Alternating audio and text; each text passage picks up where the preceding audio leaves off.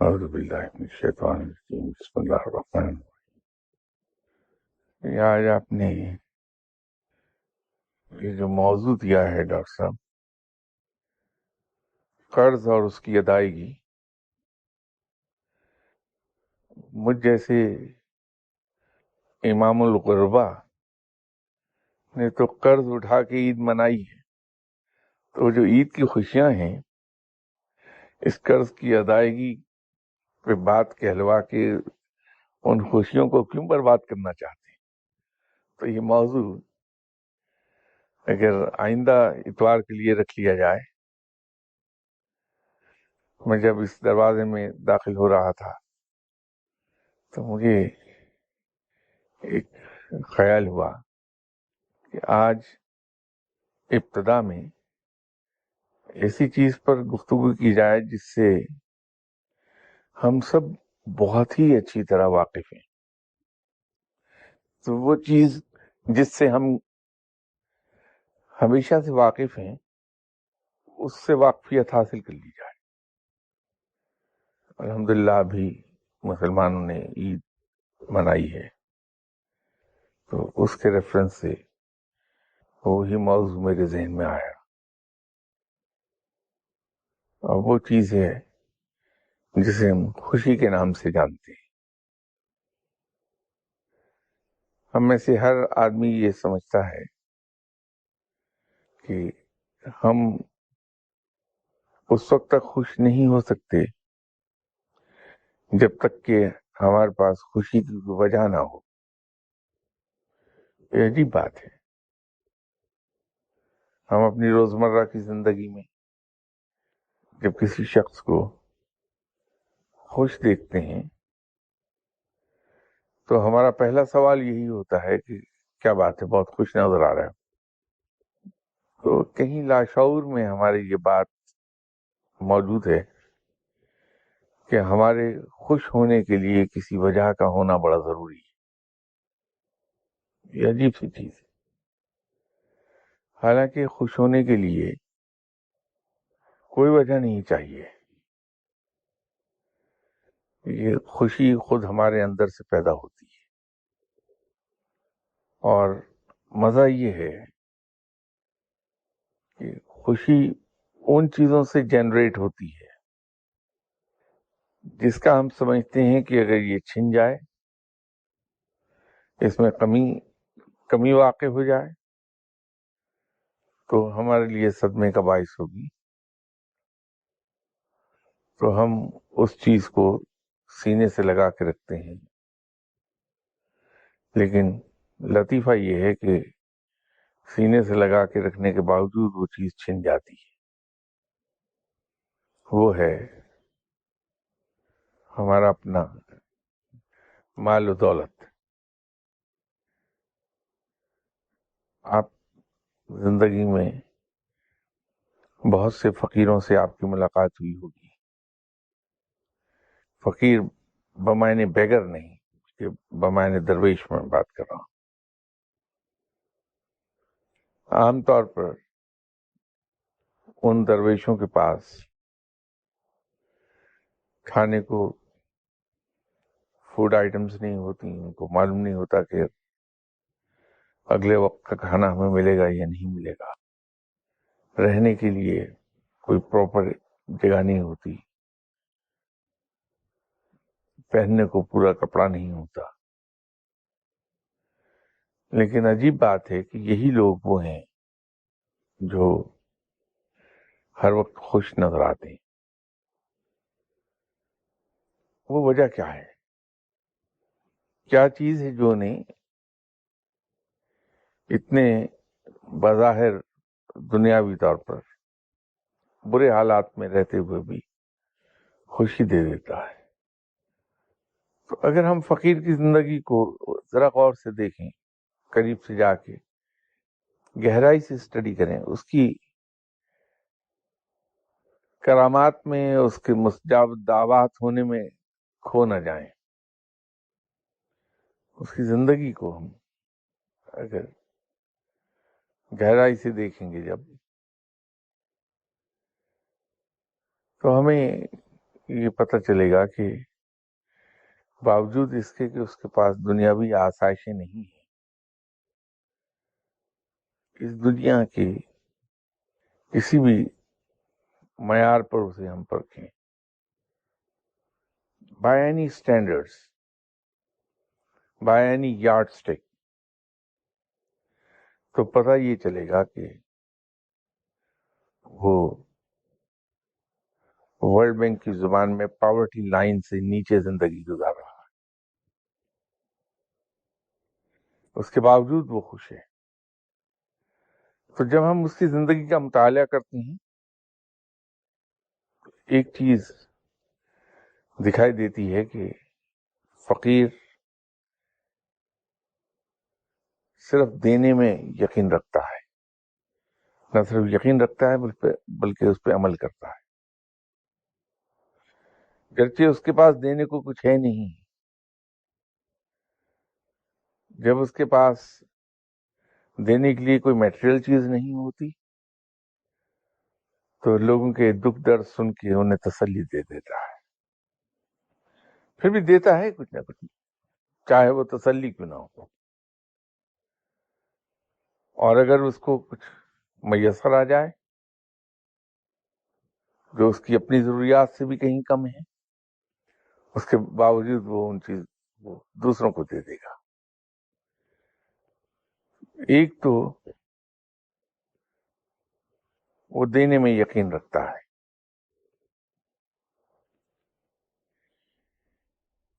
دوسری چیز یہ ہے کہ وہ گلے شکوے نہیں کرتا۔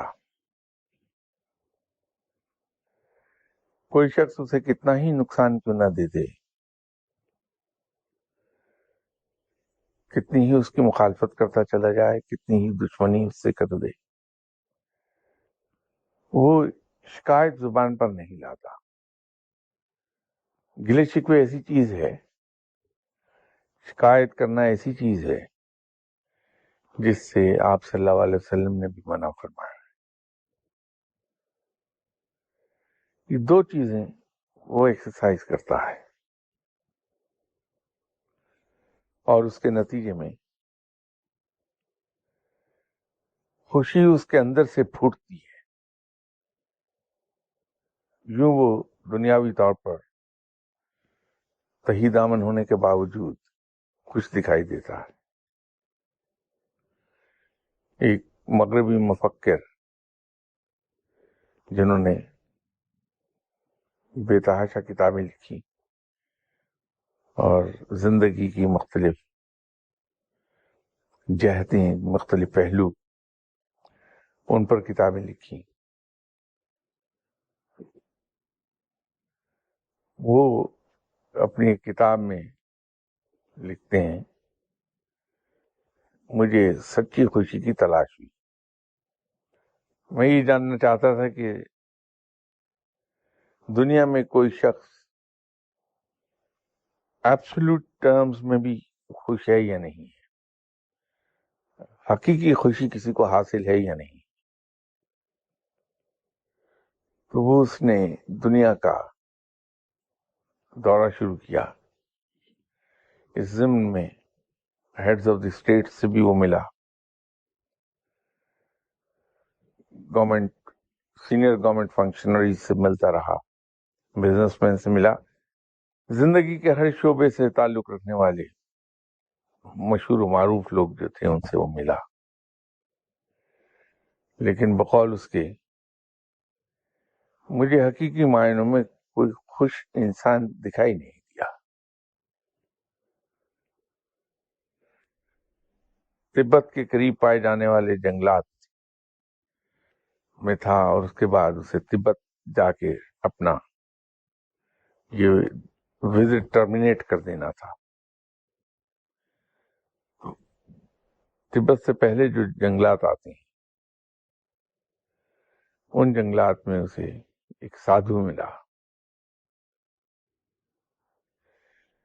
جو لکڑی کا ایک تختہ بچھائے ہوئے تھا اور اس پر سیدھے رخ کیل گڑے ہوئے تھے، جو کیل کا پوائنٹڈ حصہ ہوتا ہے وہ اوپر کو اپورڈ تھا،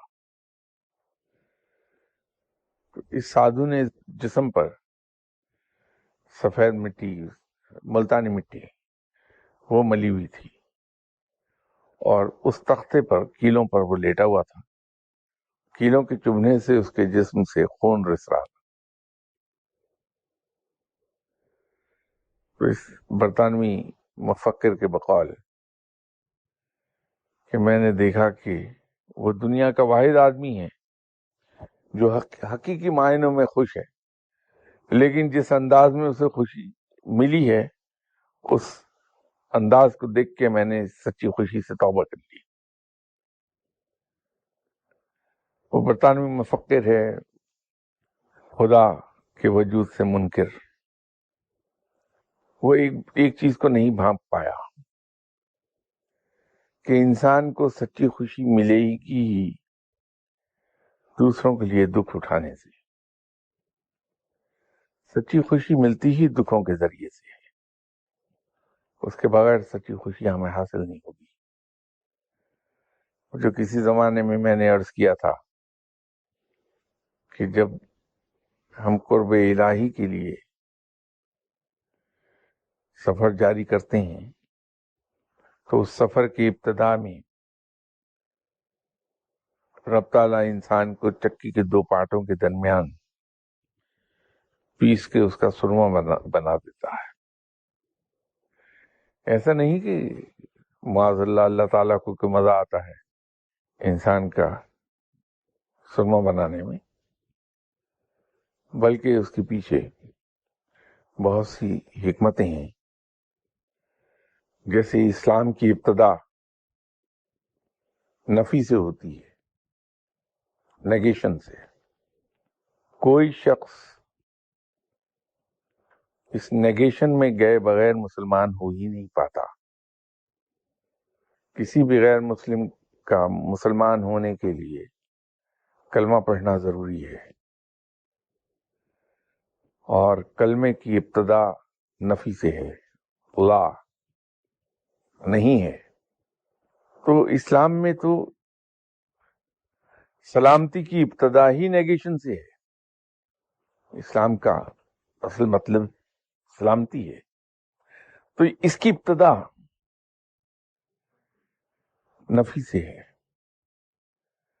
قرآن پاک میں رب تعالیٰ نے جس بات پر زور دیا ہے اس بات کو اس نے نفی سے شروع کیا ہے. نہیں جا سکتا کوئی شخص جنت میں جب تک کہ نہیں ہو سکتا کوئی شخص مومن. وہ ایسا جملہ جہاں اللہ نے کسی چیز پر ایمفسائز کیا ہے، اس کی ابتدا اس نے نفی سے کی ہے. تو روحانیت میں بھی کوئی شخص آگے نہیں بڑھ پائے گا جب تک کہ وہ اپنی ذات کی نفی نہ کر دے. وہ تمام کنسیپٹس، تمام انڈرسٹینڈنگز جو اس سفر کی ابتدا تک اس کی تھیں، وہ تمام تجربات جو اس نے کیے تھے، اس کی نفی ہوگی. خود اس کی اپنی ذات کی نفی ہوگی. اس نفی میں سے پھر مثبت ابھرے گا. اس نفی کو کرتے ہوئے ہم دکھوں سے گزرتے ہیں. تو جب ان دکھوں سے ہم گزرتے ہیں ہماری انا کچلی جاتی ہے، ہماری مرضی کرنے کی عادت کو ختم کیا جاتا ہے. اپنے ارادوں کی تکمیل کے لیے ہر جائز و ناجائز ذریعہ اختیار کرنے کو ختم کیا جاتا ہے، بالکل وائپ آف کر دیتے ہیں. تو پھر انسان روحانی طور پر کلین سلیٹ ہوتا ہے. اس کلین سلیٹ پر پھر ہم جو چاہے تحریر کرتے ہیں. اس کلین سلیٹ پر لکھی ہوئی چیز نمایاں ہوتی ہے، اور جتنا دبا کے چاک کو ہم استعمال کریں گے اس سلیٹ پر، اتنی ہی واضح تحریر ابھرے گی۔ روحانیت میں جتنا زیادہ جبر ہم اپنی ذات پر کریں گے، اپنی خواہشات کے اگینسٹ، اتنا زیادہ روحانیت حاصل ہو جائے گی۔ اسی دکھ اور درد سے جب ہم گزرتے ہیں اور روحانیت کے ایک خاص مقام پر آتے ہیں جہاں ہمیں قرب حاصل ہوتا ہے رب کا، تو یہ وہ مقام ہے جہاں انسان کچھ نہ ہوتے ہوئے بھی ہمیشہ خوش رہتا ہے، اس کے اندر خوشی بھری ہوتی ہے، اسی لیے فقیروں کے چہرے دمکتے دکھائی دیتے ہیں، ان کی آنکھوں میں چمک ہوگی ہمیشہ۔ یہ چہرے کی چمک اور آنکھوں کی چمک دراصل حقیقت ان کی اس اندرونی خوشی کی چمک ہے جو اس کے اندر بھری ہے۔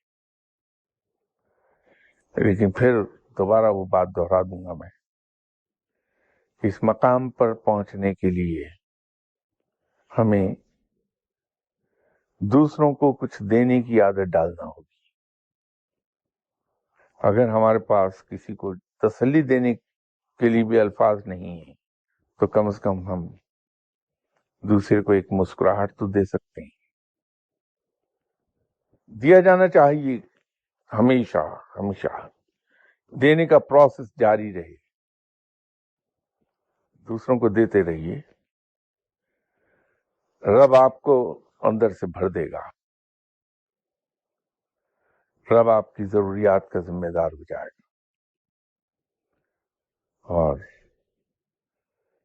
انسان کی تمام ضرورتیں غیب سے پوری ہونے لگتی ہیں۔ رب تعالیٰ ایسے اسباب بنا دیتا ہے، جیسے کہتا کہ میں انسان کو ایسی جگہ سے رزق عطا کرتا ہوں جہاں سے اسے توقع نہیں ہوتی۔ وہ اس آیت کے مصداق واقعتاً انسان کو اس جگہ سے رزق فراہم کر دیتا ہے جس کا کبھی انسان نے سوچا نہیں ہوتا کہ یہاں سے بھی رزق آ سکتا ہے۔ اگر ہم یہ چاہتے ہیں بغیر کسی ایفرٹ کے، بغیر کسی کانشیس ایفرٹ کے ہم ہر وقت خوش رہیں، تو دوسروں کو ہر وقت کچھ نہ کچھ دیتے رہیے۔ جب کوئی شخص آپ سے ملتا ہے اس کو کچھ نہ کچھ دے دیجیے، اور کچھ نہیں تو اس کو ایک مسکراہٹ ہی دے دیجیے۔ ان شارٹ، آپ فقیر کا وہ پرنسپل اپنا لیجیے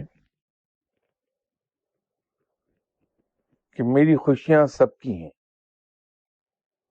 لیکن میرے دکھ صرف میرے ہیں۔ یہ غلطی نہ کیجیے گا کہ کہیں اپنے دکھ کسی سے شیئر کر لیں، قطعاً نہیں۔ فقیر کے دکھ اس کے اندر رہنے چاہیے، اور ان دکھوں کا ایک ہلکا سا عکس بھی کبھی چہرے پر آنے نہ پائے۔ آپ کے قریبی ترین رشتے، آپ کی والدہ محترمہ، آپ کی بیگم صاحبہ، آپ کی اولاد، کبھی ان کو ہلکا سا شبہ نہ ہونے پائے کہ آپ کے اندر کتنے دکھ بھرے ہیں۔ یہی فقیر کی شان ہے، اس کے دکھ دکھائی نہیں دیں گے کبھی، نہ اس کی زبان سے، نہ اس کی باڈی لینگویج سے، اور نہ اس کی آنکھوں سے۔ یہی فقیر کی شان ہے، لیکن خوشیاں وہ اپنے پاس کبھی نہیں رکھتا، وہ خوشیاں سب سے شیئر کر لیتا ہے۔ اور مزہ یہ ہے کہ اپنی خوشیوں میں سب سے کم شیئر خود اس کا اپنا ہوتا ہے. اپنے پاس اپنی خوشیوں میں سے بہت کم حصہ رکھے گا، باقی سب کو لٹا دے گا، جس کے جواب میں رب تعالیٰ سے اس کو دائمی خوشی عطا ہوتی ہے. تو یہ فقیر کا موٹو ہے کہ میری خوشیاں سب کی خوشیاں ہیں، لیکن میرے دکھ صرف میرے ہیں. اس پہ عمل کر لیجئے اور دیکھیے رب تعالیٰ کی رحمتیں کس طرح نازل ہوتی ہیں، اور اس کے جواب میں رب کیا کیا انعامات ہمیں دیتا ہے.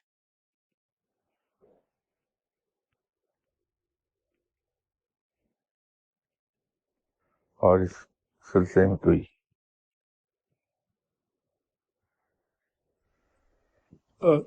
اگر جی میں اندر سے بہت دکھی ہوں اور ہنس کے مل رہا ہوں دوسرے سے، تو کیا یہ ایک طرح کا جھوٹ سا نہیں ہو جاتا؟ اس طرح سے یعنی میں پریٹینڈ کر رہا ہوں جس طرح سے. دیکھیے، نہ تو یہ جھوٹ ہے اور نہ منافقت. یہ دونوں ہی چیزیں نہیں ہیں، بلکہ یہ انتہائی اعلیٰ درجے کی خوبی ہے. اس کے پیچھے فلسفی یہی ہے کہ دکھوں کا اظہار رب تعالیٰ کی ناشکر گزاری ہے. جب ہم اپنے دکھوں پر واویلا کرتے ہیں تو ہم یہ بھول جاتے ہیں کہ میرا رب بڑا رحیم و کریم ہے اور میرا رب ان دکھوں سے مجھے نجات دلا دے گا. ایک اور ہمارا ایمان ہے کہ اگر اچھے دن نہیں رہے تو یہ برے دن بھی نہیں رہے. ایک اور ہمارا ایمان ہے کہ رات جتنی اندھیری ہوتی ہے اور رات جتنی زیادہ کتنی ہی گہری کیوں نہ ہو، اس کا انجام اجالا ہے. ہر رات کے بعد صبح ضرور طلوع ہوتی ہے. جتنا زیادہ گھپ اندھیرا ہوگا، طلوع ہونے والا سویرا اتنا ہی اجلا ہوگا. تو جب یہ امید باقی ہے تو پھر واویلا کس چیز کا؟ اور اگر ہم واویلا کرتے ہیں تو وہ ہماری مایوسی کو ظاہر کرتا ہے، اور رب تعالیٰ کی رحمت سے مایوسی آپ کو معلوم کیا ہے. تو جو شخص اپنی رب کی رحمتوں پر یقین کر کے اس ایمان کے ساتھ کہ یہ دکھ ختم ہو جائیں گے، میرے رب نے مجھے کل تک خوشیاں دی تھیں، آج اگر یہ وقتی طور پر دکھ آ گئے ہیں تو میرا پروردگار ان دکھوں کو پھر خوشی میں بدل دے گا. تو اگر یہ ایمان ہے تو پھر اف زبان سے نہیں نکلتی، ہنسی خوشی برداشت کر لیتا ہے. تو جو چیز آپ ہنسی خوشی برداشت کر رہے ہوتے ہیں اس کا اظہار نہیں ہوتا. اس لیے اگر اندر سے کوئی شخص بہت دکھی ہے لیکن اپنے آپ کو وہ خوش ظاہر کر رہا ہے، تو در حقیقت ان اے وے انڈائریکٹلی یہ شکر گزاری ہے اس کی، کہ اپنے رب کا اتنا شکر گزار بندہ ہے کہ دکھوں پر بھی وہ خوش ہے. یہ اللہ پر توکل اور اس پر بھروسے کی نشاندہی کرتی ہے بات. السلام علیکم. وعلیکم السلام. صاحب انسان کی نیچر ہے کہ وہ خوشیاں ہوں چاہے غم ہوں وہ شیئر کرنا چاہتا ہے. تو not in a way of complaint, بندہ جو ہے وہ اللہ تعالیٰ کے ساتھ دکھ اور خوشی شیئر کر سکتا ہے. ہم سب یہاں بیٹھے ہیں اس کمرے میں، اگر اس دروازے کے باہر شدت کی آواز پیدا ہو تو ہماری انسٹنکٹ یا سادہ لفظوں میں انسانی فطرت کیا ہے کہ ہم فوراً پہلے پلٹ کے دیکھیں گے، اگر کوئی دکھائی نہ دے تو ہم کھڑے ہو کے دیکھنے کی کوشش کریں گے، اور دوسرا ایک دم سے یہ جھٹکا لگے گا ہمارے جسم کو۔ سائیکالوجی کی زبان میں اسے انسٹنکٹ کہتے ہیں، لے مین لینگویج میں اسے فطرت کہتے ہیں۔ لیکن ایک فوجی جو ہے، اس طرح دھماکے کی آواز ہونے سے اس کا پہلا ری ایکشن کیا ہوگا؟ فوراً زمین پہ لیٹ جائے گا، رائٹ؟ اٹھ کر کھڑا ہو کے کبھی نہیں دیکھے گا۔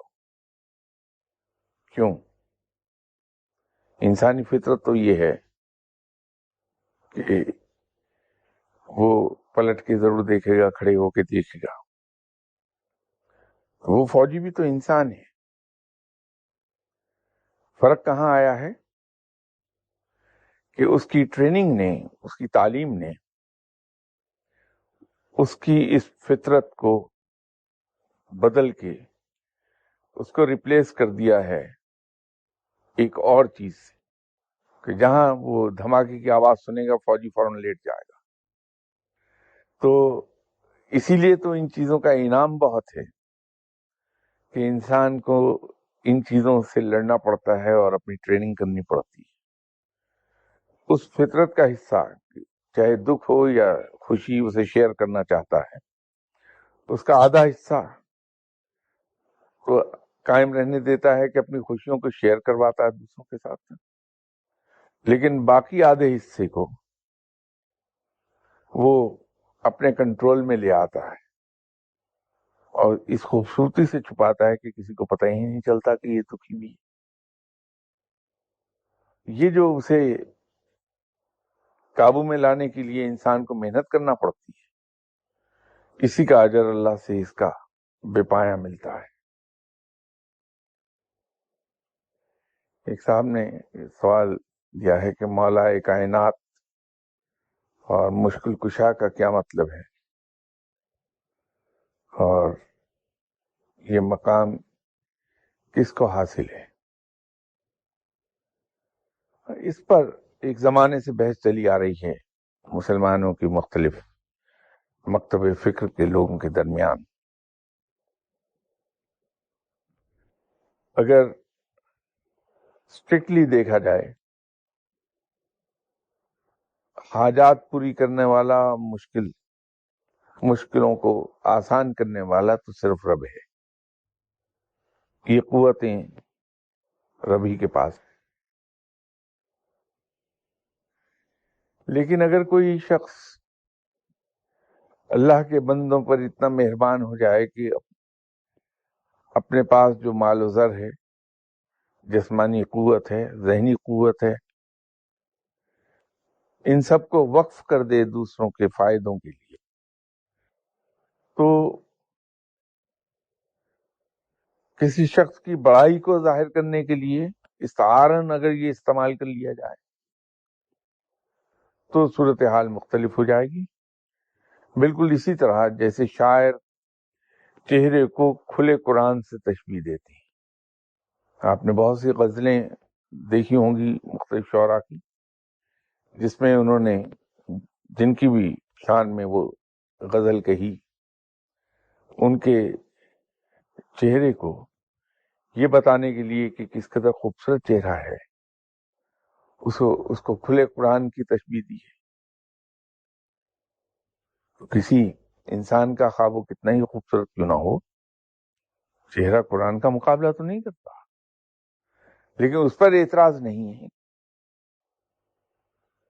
تو اگر تو اس سینس میں کیا جائے جس طرح اس شاعر نے صرف یہ ظاہر کرنے کے لیے کہ جس کے بارے میں اس نے غزل تحریر کی ہے، وہ غزل کہی ہے، اس کا چہرہ کتنا خوبصورت ہے، قرآن سے تشبیہ دے دی اسے، تو کسی عظیم ہستی کی ان خوبیوں کو کہ انہوں نے اپنی تمام عمر، اپنی تمام اثاثے خواہ وہ ان کے انٹلیکچوئل ایسٹس تھے، ان کی فزیکل اسٹرینتھ تھی، یا ان کے میٹیریل ایسٹس تھے، وہ وقف کر دیے دوسروں کے لیے کہ کسی کے مشکل میں کام آ جائے. تو اس نسبت سے انہیں مشکل کشا کا خطاب دے دیا گیا. تو پھر تو کوئی مذائقہ نہیں. لیکن اگر انہیں واقعتاً قاضی الحاجات اور مشکل کشا سمجھ لیا جائے تو شرک میں چلی جائے گی بات. تو یہ دونوں چیزیں ہیں. اب ایک بہت عظیم ہستی، ان کا خطاب جو ہے سیف اللہ بھی ہے، اسد اللہ بھی ہے. تو کیا خیال ہے، اللہ نے شیر پال رکھے ہیں کیا، یا اللہ تلوار سے لڑتا ہے؟ تو کوئی شخص اللہ کی تلوار کیسے ہو سکتا ہے؟ ہم اس کو تسلیم کرتے ہیں کہ ان کا لقب ہے وہ. اسی طرح اسد اللہ لقب ہے. تو اگر اس سینس میں مشکل کشا ہے تو بالکل صحیح ہے. لیکن کسی غیر اللہ کو، خواہ وہ کسی بھی مقام پر کیوں نہ ہو، اس کو یہ سمجھ لینا کہ وہی ہماری حاجات کو پوری کرتے ہیں، وہ شرک ہو جائے گا. اسی طرح مولائے کائنات کا ہے. مولائے کائنات صرف رب ہے، لیکن ان معنوں میں کہ اتا ترک وہ ترکوں کے والد تھے، اب سارے ترک ان کی اولاد تھوڑی ہیں. قائد اعظم ہے، وہ ایک صورتحال کو، کسی کی عظمت کو، کسی کے بڑائی کو واضح کرنے کے لیے اگر لقب کے طور پہ استعمال ہو رہا ہے تو اس میں تو کوئی حرج نہیں. لیکن کسی کو واقعتاً یہ سمجھ لینا کہ اس میں وہ چیز ہے، وہ غلط ہو جائے گا.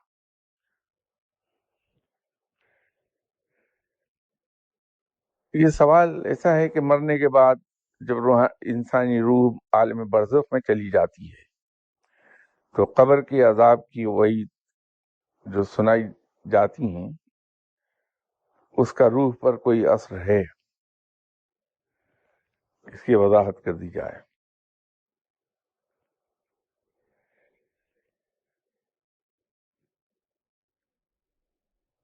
وہ چیزیں جس کو اللہ نے مخفی رکھا ہے، ہم اس کی قرید میں نہ پڑیں تو بہتر ہے. اگر ان چیزوں کا واضح کرنا انسان کے مفاد میں ہوتا تو رب تعالیٰ یقیناً ان کو واضح کر دیتا. نہ صرف حیات بعد از موت اس کو مخفی رکھا اللہ نے، تقدیر اور روح کو بھی اسی طرح مخفی رکھا، ایک ہلکا سا اس کا بیان کر دیا. بلکہ تقدیر پر ڈسکشن سے منع فرمایا، روح پر ڈسکشن سے منع فرمایا کہ بس کہہ دو کہ یہ امر ربی ہے. تو ان چیزوں کو نہ چھیڑا جائے تو بہتر، جس کو مخفی رکھا گیا ہے. ہم سب بھٹکیں گے اس میں، ہم میں سے کوئی بھی اس کی مصلحتوں کو، ان کی باریکی کو بیان کرنے پہ قادر نہیں ہے. جیسے روح پر بہت سے لوگوں نے قلم اٹھایا، بڑے بڑے جید عالم اور فقیہ محدثین، ان سب نے روح پر قلم اٹھایا، لیکن سوائے اس کے کہ ہر شخص بالآخر اس کی بھول بھلیوں میں بھٹک کے رہ گیا، اسے واضح نہیں کر پایا۔ ماں سوائے حضرت امام غزالی رحمۃ اللہ علیہ، انہوں نے جو کتاب روح پر لکھی، اس کا اردو ترجمہ مارکیٹ میں اویلیبل ہے، میں آپ لوگوں کے بینیفٹ کے لیے بتا دیتا ہوں۔ اس کا نام ہے حقیقت روح انسانی۔ یہ حضرت امام غزالی رحمۃ اللہ علیہ صاحب کی کتاب ہے۔ امام غزالی کسی حد تک کامیاب ہوئے ہیں کہ روح کو ایک حد تک، آئی ریپیٹ، ایک حد تک بیان کر دیں بغیر بھٹکے، ورنہ جتنے اس سے پہلے کتابیں لکھی گئیں، پیپر لکھے گئے، جتنے بھی آرٹیکلز لکھے گئے، ان سب کے اندر کلیئرلی ایک چیز واضح ہوتی ہے کہ بھول بھلیوں میں بھٹک گئے۔ پھر یہی حال تقدیر کا ہے۔ تقدیر کو کوئی پوری طرح واضح نہیں کر سکا، اور آخر میں حیات بعد از موت، انسان اس میں گم ہوتا ہے، اس لیے اسے مخفی رکھا گیا۔ مجھے جس حد تک پتا میں تو بیان کر دوں گا، لیکن اس سے ہمارے ذہن اور پرگندہ ہو جائیں گے اور فرسٹریشن آئے گی ہمارے اندر۔ مناسب یہی ہے کہ اللہ سے ہم عذاب قبر سے پناہ مانگتے رہیں کہ یا اللہ تو اپنے امان میں رکھ، ہمیں اس عذاب قبر سے بچا دے، کیونکہ عذاب خواہ کہیں کا بھی کیوں نہ ہو، وہ عذاب ہے، ناقابل برداشت ہے، اس سے پناہ ہی مانگتے رہیں۔ تو بھلے کوئی چیز ہمیں نہیں بھی پتا، تو اتنا تو معلوم ہے کہ وہ ہے عذاب، چاہے کسی طرح کا عذاب ہے، تو ہم اس سے اللہ کی پناہ مانگتے رہیں کہ اللہ ہمیں اس عذاب سے بچا لے۔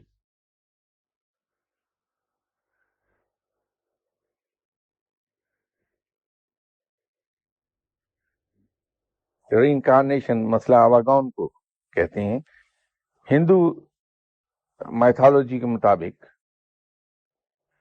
جب کوئی شخص مر جاتا ہے تو اس کی روح دوبارہ کسی زندہ شخص میں داخل ہوتی، اور وہ کیسے شخص میں روح داخل ہوئی ہے وہ ڈیپینڈ کرتا ہے کہ اس کے اعمال گزشتہ زندگی میں کیسے تھے۔ اسلام میں اس کا کوئی کنسیپٹ نہیں۔ ہمارے یہاں حیات بعد از موت ہمارے ایمان کا لازمی جزو ہے۔ ہم مسلمان نہیں ہو سکتے اگر ہم روز قیامت پر یقین نہیں رکھتے، یوم حساب پر یقین نہیں رکھتے، اور یوم حساب کے نتیجے میں ہونے والی سزا و جزا پر یقین نہیں رکھتے، ہم کبھی مسلمان ہو نہیں سکتے۔ ہمارا عقیدہ ہرگز یہ نہیں ہے کہ ہماری روح کسی اور شخص کے جسم میں داخل ہو جائے گی۔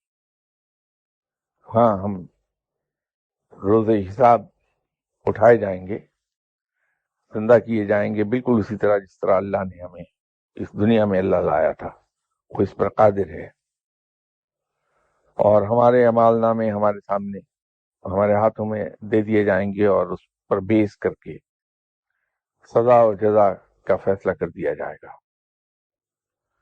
اور ہم اپنے اپنے اعمال کے نتیجے میں ملنے والی آخرت کی زندگی گزاریں گے۔ یہ تو اسلام کا، ایمان کا بنیادی جزو ہے۔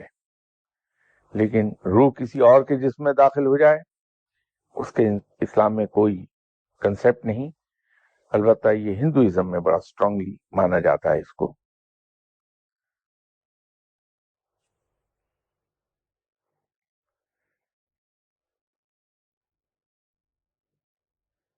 کائنات یہ جو اس میں ہم رہ رہے ہیں سر، اس کے متعلق تو ہمیں کچھ نہ کچھ علم ہے کہ اس کی ابتدا کیسے ہوئی اور اس کی انتہا کیسے ہوگی.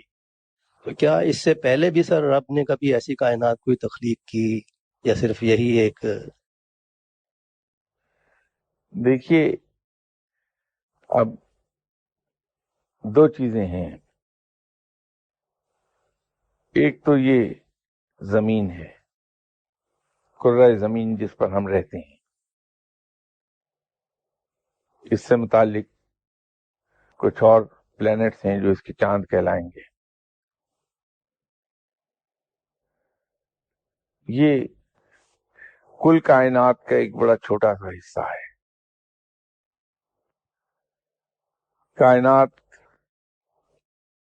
وہ ہے جس میں تمام سیارے اور تمام سیارچے بشمول اس کرۂ ارض کے، سورج کے، اور اس جیسے کئی سورج اور گیلیکسیز، یہ تمام چیزیں، آسمان، یہ سب چیزیں مل کر کائنات کہلاتی ہیں. لیکن آپ کا اشارہ غالباً اس کرۂ ارض کی طرف ہے. یہ ٹوٹل کائنات رب نے 6 دن میں تخلیق کی ہے. یہ سب ایک ہی وقت میں وجود میں آ گئیں ان 6 دنوں کے اندر اندر. البتہ اس کرۂ زمین پر ہم سے پہلے کئی تہذیبیں آئیں جو بہت کمال کو بھی پہنچی. ان میں سے بہت کا ذکر قرآن پاک میں موجود ہے،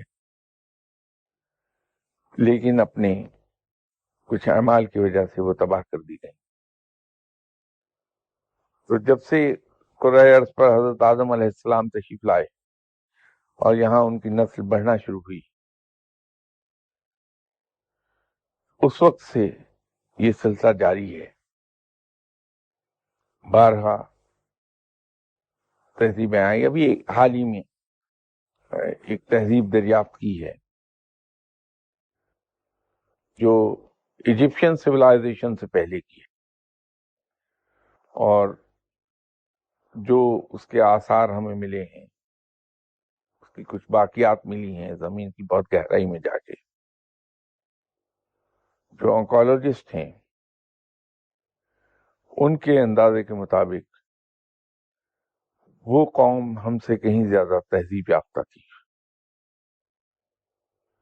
ہم سے زیادہ ایڈوانس تھی ٹیکنالوجیکلی. سائنس کا علم ان کا ہم سے کہیں زیادہ تھا. تو اس طرح یہ کئی ایک تہذیبیں آئیں ہم سے پہلے، اور وہ جو قانون فطرت ہے ایک کہ ہر کمال راہ زوال، تو جو بھی اپنے عروج کو پہنچا ہے اسے زوال ضرور آیا ہے.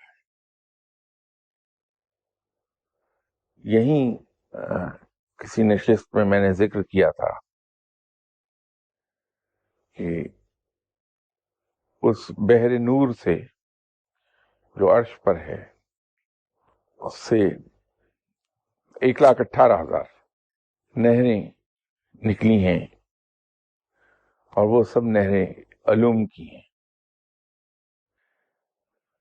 اب تک یہ جس سویلائزیشن کا میں ذکر کر رہا ہوں جو ایجپشین سویلائزیشن سے پہلے تھی، اس کا بھی تعین نہیں ہوا کہ کتنے ہزار سال پرانی ہے. وہ آنکولوجسٹ اس پر کام کر رہے ہیں. یہ وہ تہذیب تھی جن کے پاس 50,000 علوم جن کی دسترس میں آ گئے تھے. ہم تو ابھی 30s میں لڑک رہے ہیں، ان سے کہیں پیچھے ہیں. تو جو بھی کمال کو آیا ہے اسے زوال ضرور ہے. یا ہم مارکیٹنگ کی لینگویج میں جو کہتے ہیں کہ ہر پروڈکٹ کا ایک لائف سائیکل ہوتا ہے. وہ پروڈکٹ خواہ قدرت کی ہو یا انسان کی، اس کا ایک لائف سائیکل ہے، اور وہ پروڈکٹ اپنا لائف سائیکل کر کے مکمل کر کے پھر ختم ہو جاتی ہے. وہ ایک مارکیٹنگ کا ایک علیحدہ سبجیکٹ ہے کہ ہم اس لائف سائیکل کو کس طرح رینیو کرتے چلے جاتے ہیں، اسے پرولونگ کر دیا کرتے ہیں. وہ ایک علیحدہ سبجیکٹ ہے، اس پہ کدھر میں آپ کو لے جاؤں گا. ابھی مجھ پہ ٹماٹر برسنے لگیں، ایسا ڈرائی سبجیکٹ ہے وہ تو، لیکن وہ لائف سائیکل ہے.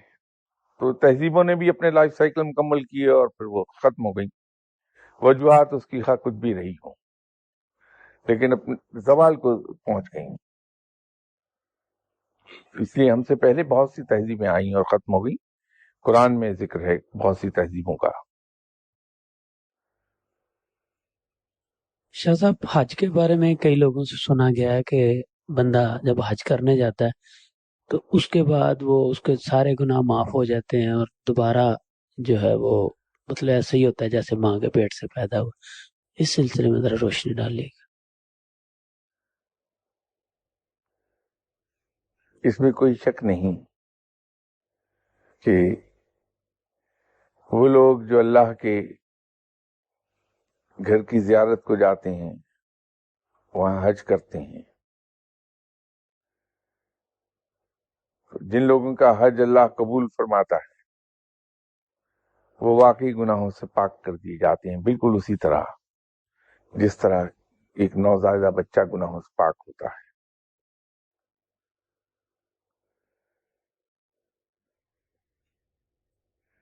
اللہ تعالیٰ بڑا رحیم و کریم ہے، جو ہر وقت اس انتظار میں رہتا ہے کہ میرا کوئی بندہ مجھ سے معافی مانگے اور میں اسے معاف کر دوں، توبہ کر لے اور میں اس کی توبہ قبول کر لوں. حج تو بہت اعلیٰ رفع چیز ہے، جو انسان خود اپنے گھر کے اندر بیٹھ کے جس ٹوٹی پھوٹی زبان میں بھی وہ چاہے اللہ کے حضور سچے دل سے توبہ کر لے، رب تعالیٰ اپنی رحمت کے صدقے اس کی توبہ قبول فرما لیتے ہیں. اور اس توبہ کے بعد انسان بالکل کسی بچے ہی کی طرح گناہوں سے پاک ہوتا، معصوم ہوتا ہے.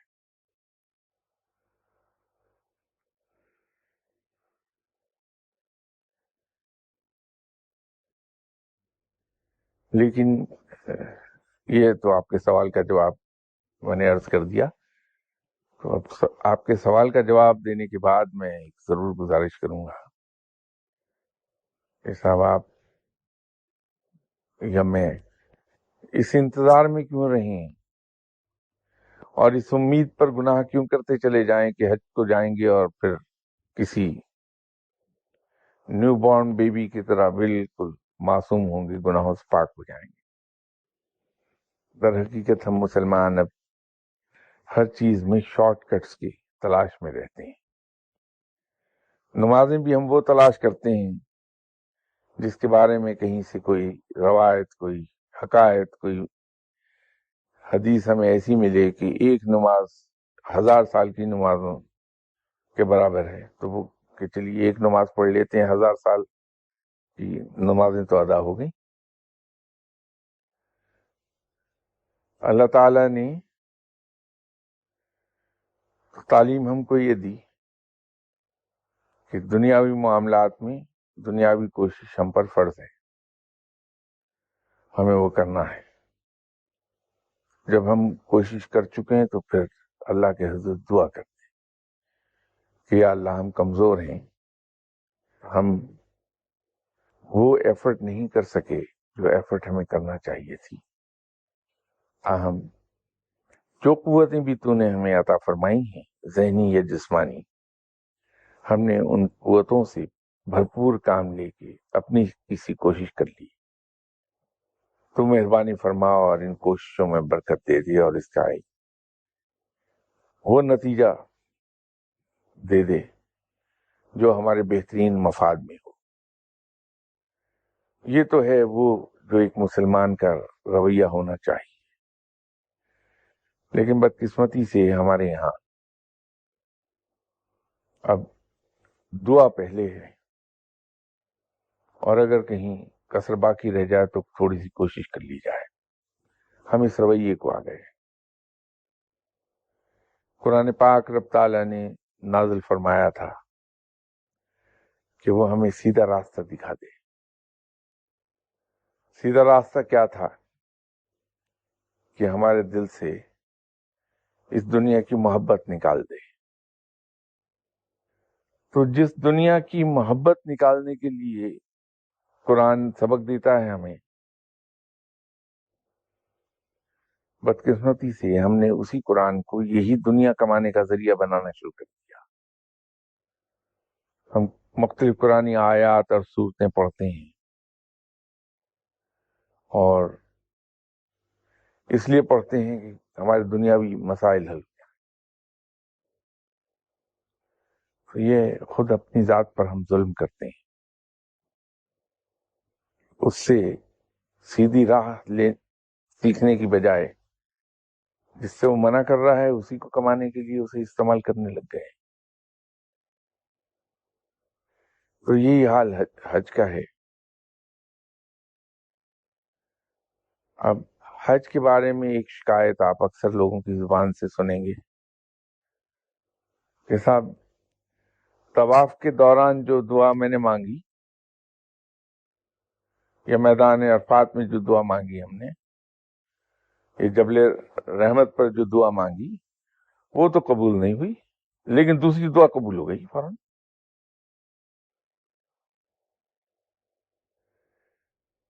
وہ ہوتا کیا ہے؟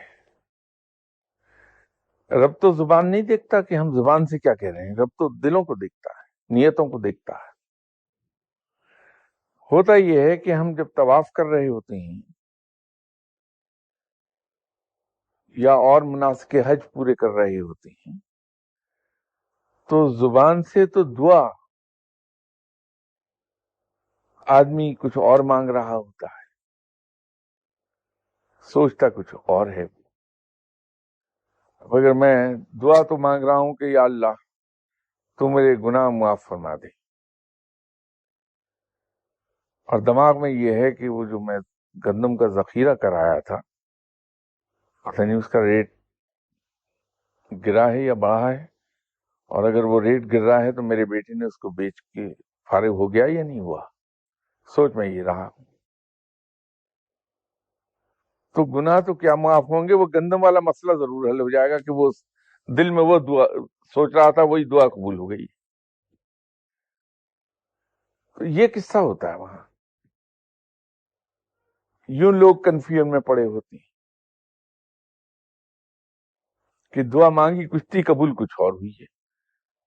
اگر ذرا سا اینالائز کر لیں تو قبول وہی ہوئی ہوتی ہیں جو ہم سوچ رہے ہوتے ہیں، جو ہمارے دل میں ہوتی ہیں. میرا خیال ہے اجازت لوں آپ سے.